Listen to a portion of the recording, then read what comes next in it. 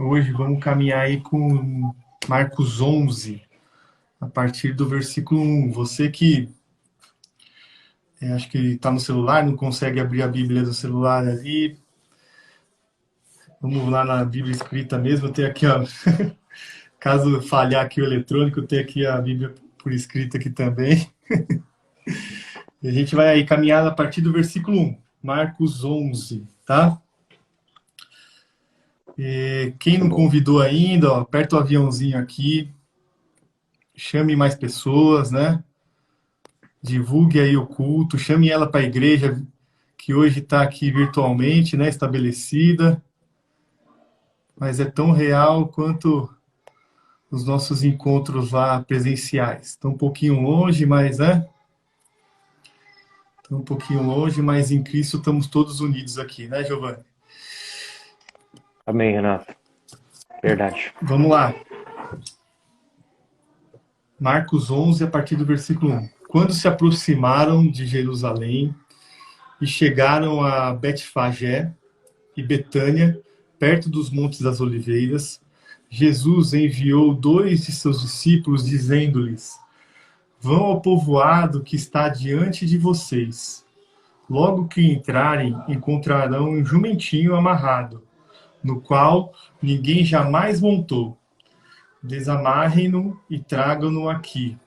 Se alguém perguntar por que vocês estão fazendo isso, digam-lhe: o Senhor precisa dele, e logo o devolverá. Eles foram e encontraram um jumentinho na rua, amarrado a um portão. Enquanto desamarravam, alguns dos que estavam ali e lhes perguntaram, né? O que vocês estão fazendo desamarrando esse jumentinho? Os discípulos responderam como Jesus lhes tinha dito, e eles os deixaram ir. Trouxeram o jumentinho a Jesus, puseram sobre ele os seus mantos, e Jesus montou. Muitos estenderam seus mantos pelo caminho, outros espalharam ramos que haviam cortado nos campos. O que iam adiante dele e os que seguiam gritavam: Hosana! Bendito é o que vem em nome do Senhor. Bendito é o reino vindouro de nosso pai Davi. Hosana nas alturas. Jesus entrou em Jerusalém, dirigiu-se ao templo, observou tudo à sua volta e, como já era tarde, foi para Betânia com os 12. Até aqui. Amém. Essa passagem a gente encontra, né, Giovanni, nos quatro evangelhos aí, nos quatro evangelistas, né? Então é uma passagem muito conhecida, muito importante, né? Muito comentada aí historicamente, né? E que você ressalta aí aos nossos olhos aí de início, Giovanni? Legal, Renato. Bom, Renatão, esse texto, né, ele traz algumas coisas bem importantes para nós, né? Algo que salta bastante aos nossos olhos, né? Primeira coisa, né, aqui, né, Renato, é a onisciência de Jesus, né? A onisciência de Jesus, no versículo de número 1, né? Onde está escrito que Jesus, ele enviou dois de seus discípulos, né, à frente no povoado, né? E ele recomendou que quando eles entrassem no povoado, eles iam achar um jumentinho amarrado, né? E era para que eles pudessem trazer esse jumentinho. E se alguém perguntasse a respeito de por que eles estão desamarrando o jumentinho, né, e trazendo, era porque o Senhor precisava dele. Então, é bem interessante que o versículo de número 1 diz que eles estavam perto de Betifagé, duas cidades, e Betânia, né? Então, os discípulos estavam a caminho dessas cidades e Jesus disse, olha, entre um desses povoados e vocês vão encontrar, né? Então, eles encontram, de fato, o, o jumentinho amarrado da forma com que Jesus ele descreve, e é bem interessante que Jesus, ele conhecendo tudo, né, conhecendo já todas as coisas que iriam acontecer, agora pela sua onisciência, já prescreve aos discípulos o que eles precisam fazer e o que eles vão achar, né? Tanto é que o texto vai dizer que se alguém perguntar, Jesus disse, olha, se alguém perguntar, diga que o Senhor precisa dele, né? Então a gente percebe essa onisciência de Jesus, né? Já descrevendo todas as coisas e também as ações que os discípulos deveriam tomar, né, Renato? Em Lucas ele fala que eles encontraram o jumentinho exatamente como o Senhor tinha falado, né? E, e já tem várias passagens aqui, a gente vê várias passagens dessa onisciência de Cristo aqui, né? E quando ele chamou os discípulos ali, um estava embaixo da figueira, ele já chamou pelo nome, né? Já provando ali a capacidade dele de ver além do que os nossos olhos podem ver, né, do Giovanni? Então, quando você entende isso, né, você se imagina como jumentinho. Pô, Renato, você está chamando a gente de jumentinho, mas quando eu, quando eu olho, quando Cristo me chamou, eu me imagino um jumento assim, cara, amarrado, sabe? Preso ali em algumas coisas, sabe? Então, Cristo, ele tá te enxergando, ele tá, ele tá te buscando, né? Ele tá querendo tirar suas amarras ali, e ele precisa de você, né, pro propósito dele, né? Então, eu me identifico bastante com o jumento, né? É, e esse buscar de Cristo junto a nós, depois que você vai caminhando com ele, você percebe que não era a gente que foi atrás dele. Ele estava lá desde o começo, né? Desde o começo nos buscando, aos poucos, né? Olha, Sim. através da nossa... ele sabia nossas experiências ali. O jumentinho nunca foi montado, né? O Renato tinha tais experiências ali, naquele momento da vida, que ele começou a caminhada com Cristo. Então, Cristo sabe, né? Cristo nos entende, Cristo sabe o momento, ele está ali o tempo todo nos buscando. Então, a gente não pode deixar também de ser como os discípulos, né? Levar a mensagem aí para as pessoas, né? As mensagens certas, para as pessoas certas. Às vezes você tá ali, né? Você tá ali e as pessoas estão ao seu redor e estão te prendendo e outras pessoas vão querendo te buscar, te trazer para Cristo. Foi um momento, eu lembro muito bem quando eu aceitei a Cristo, e foi um processo, né? A dificuldade que eu tinha, às vezes, de desvencilhar dos meus senhores daquela época, né? Então, os discípulos ali, que estavam à frente do trabalho, me ajudou muito nesse sentido, né? Também. Me desamarrar. Então, essa primeiro ponto aí, essa onisciência, né? O Cristo saber antever os nossos passos, né? Saber como nós estamos com nossas experiências, onde a gente está amarrado, onde a gente precisa seguir, caminhar, né? Então isso aí é maravilhoso, né? Isso aí é algo que nos faz pensativos e fazer refletir a todo momento, né? Esse trecho, né? Tava vendo lá, esse trecho com base, foi uma profecia, né? Uma profecia lá do Antigo Testamento, eu estava vendo, é 500 anos antes, 5 séculos antes, em Zacarias, né? Zacarias 9:9. E Cristo vem aqui, né, para nos ajudar a cumprir a promessa dele, cumprir a promessa dele em nossas vidas, a promessa dele que Deus enviaria o Salvador, né? Então, Amém. esse é o início dessa caminhada aí rumo à entrada aí de Jerusalém, né? O que mais se observa aí de interessante, Giovanni? O que você falou sobre essa profecia, Renato, de 500 anos lá, dita pelo profeta Zacarias, em que o Senhor viria montado num jumentinho, cria de uma jumenta, né? E que o Senhor entraria em Jerusalém.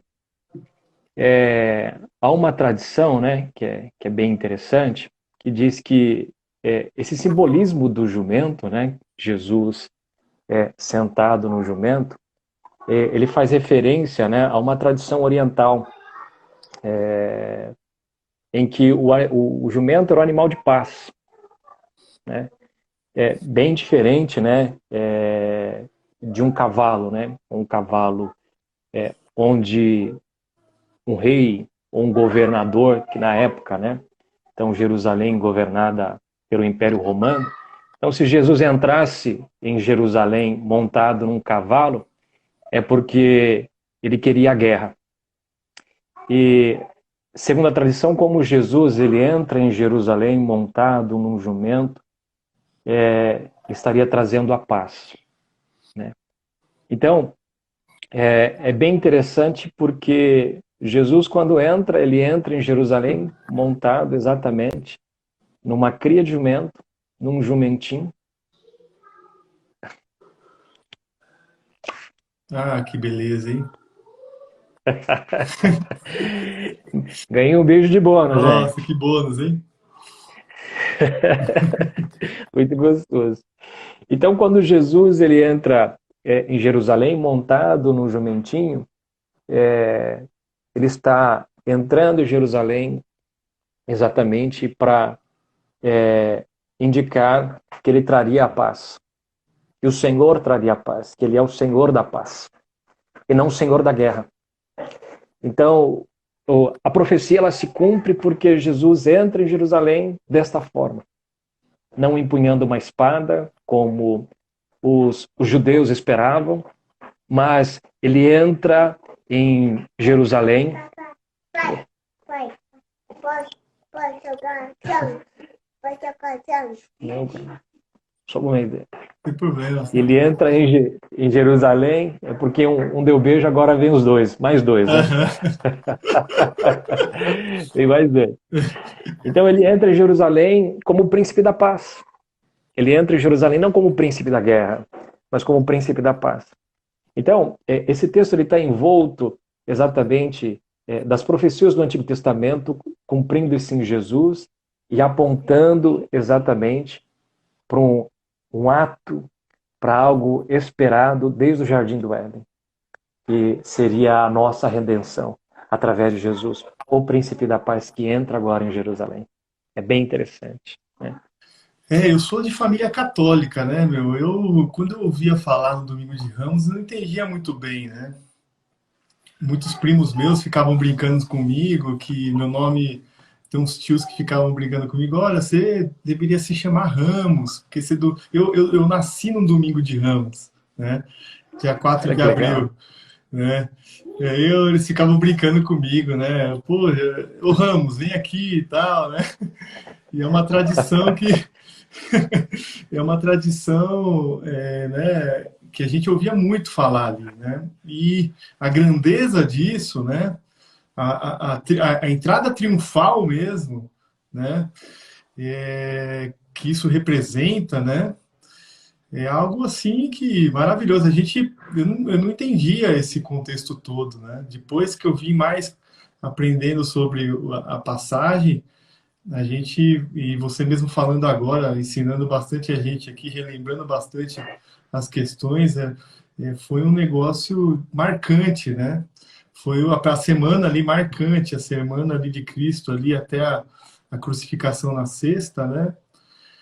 Foi a que mudou a história, né? Então, esse foi o início, né? A gente a gente tava falando do jumento, né? Jumento, falam que o jumento é teimoso, né?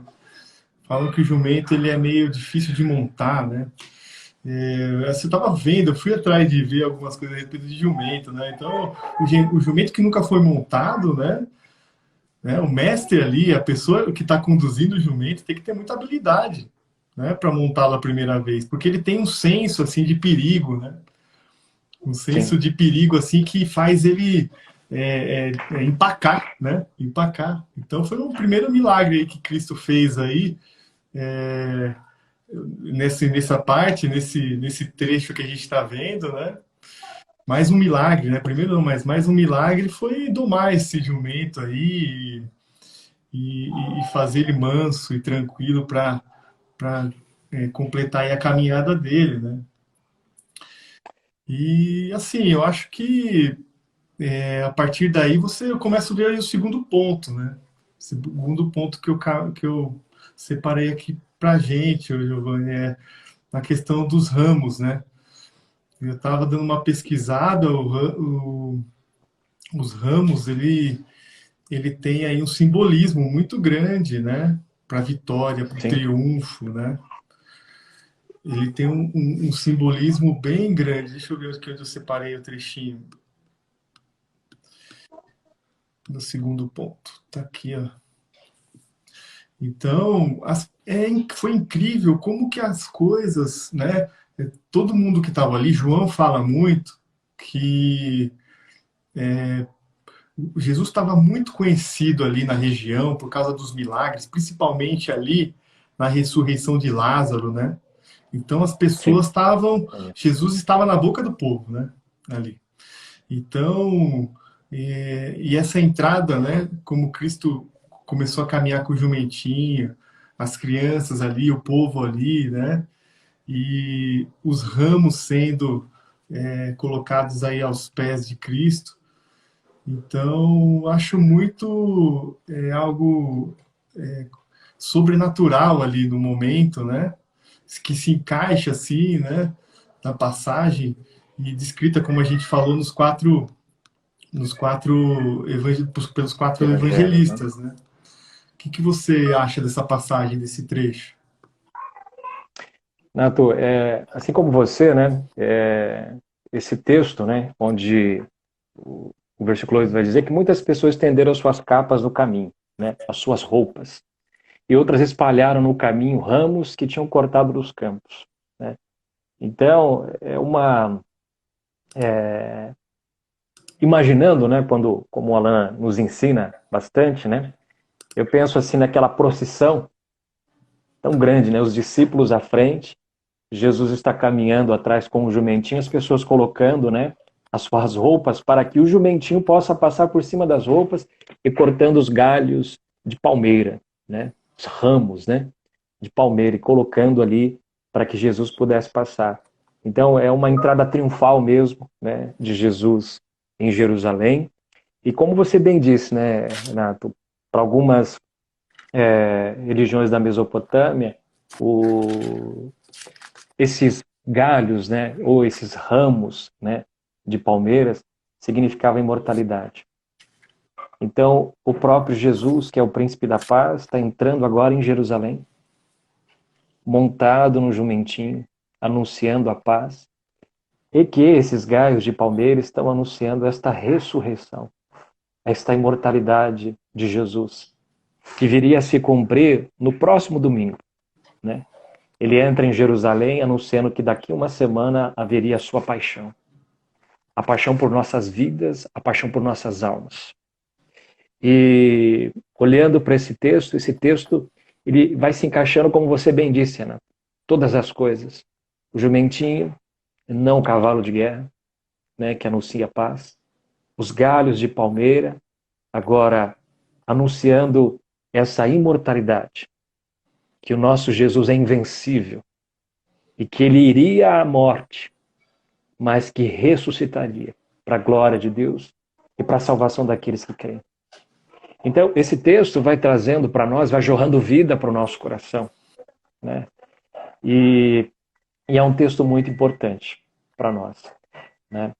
E eu fico a pensar também, fazendo reminiscências, né, da minha infância, que pensando um pouco, né, essa procissão que a gente se remete a Jesus, né, de um domingo anterior, né, ao domingo da Paixão, que a gente celebra a Paixão de Jesus, aquela procissão que a Igreja Católica fazia mesmo, né, das pessoas com ambos nas mãos, né, fazendo essa celebração, anunciando essa ressurreição de Jesus.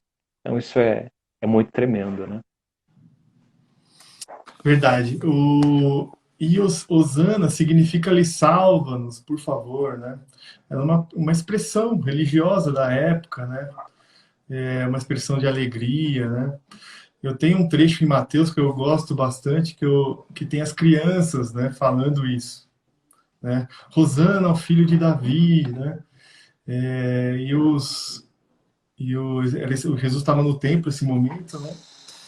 Aí os religiosos ali da época, né, falou assim, ó, como você não está ouvindo o que essas crianças estão dizendo, né? Você não vai repreendê-las, né? Ele fala, né? Aí ele fala assim, Jesus fala com essas palavras assim, ó, até escrevi aqui para a gente ler. Sim, vocês nunca leram dos lábios das crianças e dos recém-nascidos suscitar-se louvor, né? Então, Jesus responde ali com a Bíblia, né, com o Antigo Testamento ali. Isso mostra pra gente a alegria e como quando uma criança fala, né, é algo muito simples, né? É algo muito simples de se falar, né? E quando a gente vê o significado, né, para o momento ainda, Cristo entrando aí em Jerusalém, é algo extraordinário, assim, é maravilhoso mesmo. E a gente tem que ressaltar isso. Foi uma junção, né? Tudo acontecendo dessa forma para o início aí que o início que Cristo ia vencer aí o pecado e a morte aí, né? No fim de tudo isso. Então, esse é o segundo ponto aí que eu deixei aí para a gente comentar. Você tem mais algum comentário referente a esse ponto? Quer passar para o próximo? Aqui com relação às crianças, né, Renato, é bem interessante que elas, em Mateus, né, como você disse, né, as crianças estão clamando hosanas, né, estão clamando hosanas. E Jesus, ele monta, né, num jumentinho, não numa jumenta. Então talvez as crianças estavam observando Jesus, né, Renato? A gente até falou um pouco. Então talvez as crianças estavam observando Jesus, conseguiam ver Jesus em uma altura. E ao enxergarem a Jesus, elas começam a clamar hosanas, hosanas, né? Que é também um texto do Salmo, dois versículos do Salmo 128, o 25 e o 26. Então, salva-nos te pedimos, Senhor. Salva-nos te pedimos. Então, o perfeito louvor suscitado da boca das crianças, em meio a esta procissão, as crianças clamando hosanas, o povo clamando hosanas, ó Senhor, te pedimos. E eu entendo também que esse é o nosso clamor, né, Renato? Esse é o nosso clamor. E que foi o nosso clamor enquanto não encontramos a Jesus, mas também é o clamor de muitos, né? É o clamor de muitos. Senhor, salva-nos, te pedimos. Salva-nos, te pedimos. E que esse é o anúncio da salvação em Cristo Jesus. Que nós dependemos dessa salvação efetuada na cruz do Calvário. Dessa paixão de Jesus que o mobilizou, que o entregou, que o fez entregar a sua vida por nós. Então essa paixão que fez com que esta salvação chegasse a nós. Então, a gente percebe que essas coisas vão todas se conectando, de fato, né? Para que culmine exatamente nesse ato de entrega de Jesus, né? Então eu percebo isso aqui também, Renato. É. E o Salvador viria da genealogia de Davi, né? Eles falam bem aqui no versículo 10, que Deus abençoe o reino de Davi, o nosso pai, o reino que está vindo. Então, o reino invertido, o reino de Cristo estava começando, né? Onde o menor é o maior, né? Onde se você quisesse ser o primeiro, tem que ser o último, né? Então, ali começava ali mesmo o reinado de Cristo aqui, e o reino que já está presente em nossos dias e está aí no futuro também, chegando cada dia mais, né? Então eu creio nisso também, né? E você vê aqui o terceiro ponto para a gente ir fechando. Jesus entrou, né? Versículo 11 ali, ó. Jesus entrou em Jerusalém, né? Foi até o templo e olhou tudo em redor. Mas como já era tarde, foi para o povoado de Betânia com os 12 discípulos. Então ele observou ali, né? Ele olhou o templo. Eu acho que ele era mais uma etapa ali, né? Que se completava, né? Ele chegou até o templo na última semana ali de vida, antes da ressurreição, e ele olhou o templo e observou o que será que deve ter passado na cabeça de Cristo, né? E é interessante ali que você deve ter visto ali os religiosos buscando a Deus, né? Naquele momento, né? E Deus estava ali na porta do templo, olhando tudo. Deus estava ali do lado de fora, caminhando ali, sendo recebido pelo povo. E os religiosos ali no templo ali, buscando a Deus, às vezes pensando só nos próprios desejos, anseios, né? Então, uma reflexão que ia trazer essa manhã, que a gente está sem templo, né? A gente não está, na verdade, o templo da igreja físico ali, hoje a gente não está frequentando com frequência ali, né? E as pessoas enxergam essa falta aí como algo para fazê-la paralisar, né? Olha, não estou podendo ir mais na igreja, acho que estou me, sabe, tô esfriando, né? Tô ficando longe de Cristo, de Deus, né? E assim, esse é o momento para você entender que o templo, Cristo, a igreja somos nós, né? É o indivíduo, né? A igreja está dentro de nós, nós somos membros vivos ali. Amém. E Cristo quer tá ali fora chamando a gente, né? E assim, para eu finalizar minha parte, né, eu vou citar aqui um trechinho que eu separei, né? Julgamento das Nações, Mateus 25, né? Jesus falou assim, ó, eles receberam, Jesus recebeu os justos e falou, né? Vou pegar aqui, pois eu tive fome e vocês me deram de comer, tive sede e vocês me deram de beber. Falou para os justos, Cristo falou, né, no seu retorno. Fui estrangeiro e vocês me acolheram, necessitei de roupas e vocês me vestiram. Eu estive enfermo e vocês cuidaram de mim, estive preso e vocês me visitaram, né?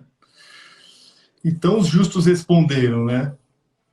Poxa, Senhor, quando que te vimos com fome? Quando que tivemos, né, te demos de comer? Quando você teve sede? Quando que a gente fez tudo isso, né? Quando que você estava enfermo, né, preso, e a gente foi te visitar, né?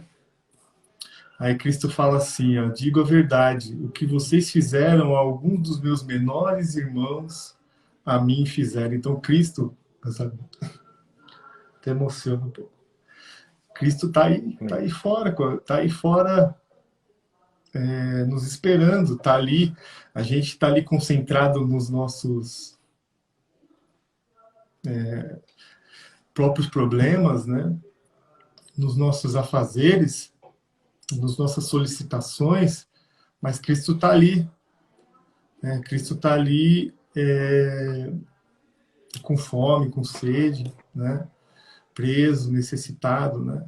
Tá que nem ele estava ali quando ele foi observar o templo e viu os religiosos ali, né?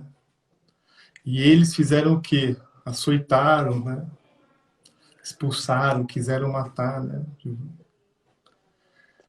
Então eu deixo essa mensagem aí para essa manhã aí, pra gente, que Cristo está aqui do nosso lado. Não está lá no templo, não. Ele está aqui fora, esperando a gente ali, né? Com dificuldades ali. É só a gente. O Alan me falava isso, às vezes falava assim: poxa, acho que Cristo passou ali e eu acabei não vendo, né? Eu acabei não ajudando. Será que era Cristo ali? A gente nunca vai saber, né? A verdade da outra pessoa, né? A gente tem que saber a verdade nossa, que nós devemos estender a mão, né? Sempre que pudermos, sempre que possível, né, Giovanni? Sim, Renato. Isso que você falou aí, Renato, é bem verdade, né? Porque se a gente observar o texto, né, como você bem observou, Jesus, ele faz uma aparição pública. Jesus realiza vários milagres. Enquanto ele realiza os milagres, ele diz: não conte para ninguém, né? Quando Jesus ele multiplica os pães e os peixes, as pessoas o queriam aclamar em rei, e ele se oculta e vai para um lugar solitário. E aqui Jesus ele está agora publicamente, ele se manifesta publicamente a todos. E como você bem falou aí, né, Renato, para todo o povo, principalmente porque lá em Jerusalém era a festa da Páscoa. Então havia pessoas de todos os lugares do mundo conhecido de então. Os judeus que foram dispersos, que estavam indo para Jerusalém, aqueles que haviam se convertido ao judaísmo. Então Jerusalém estava muito movimentada.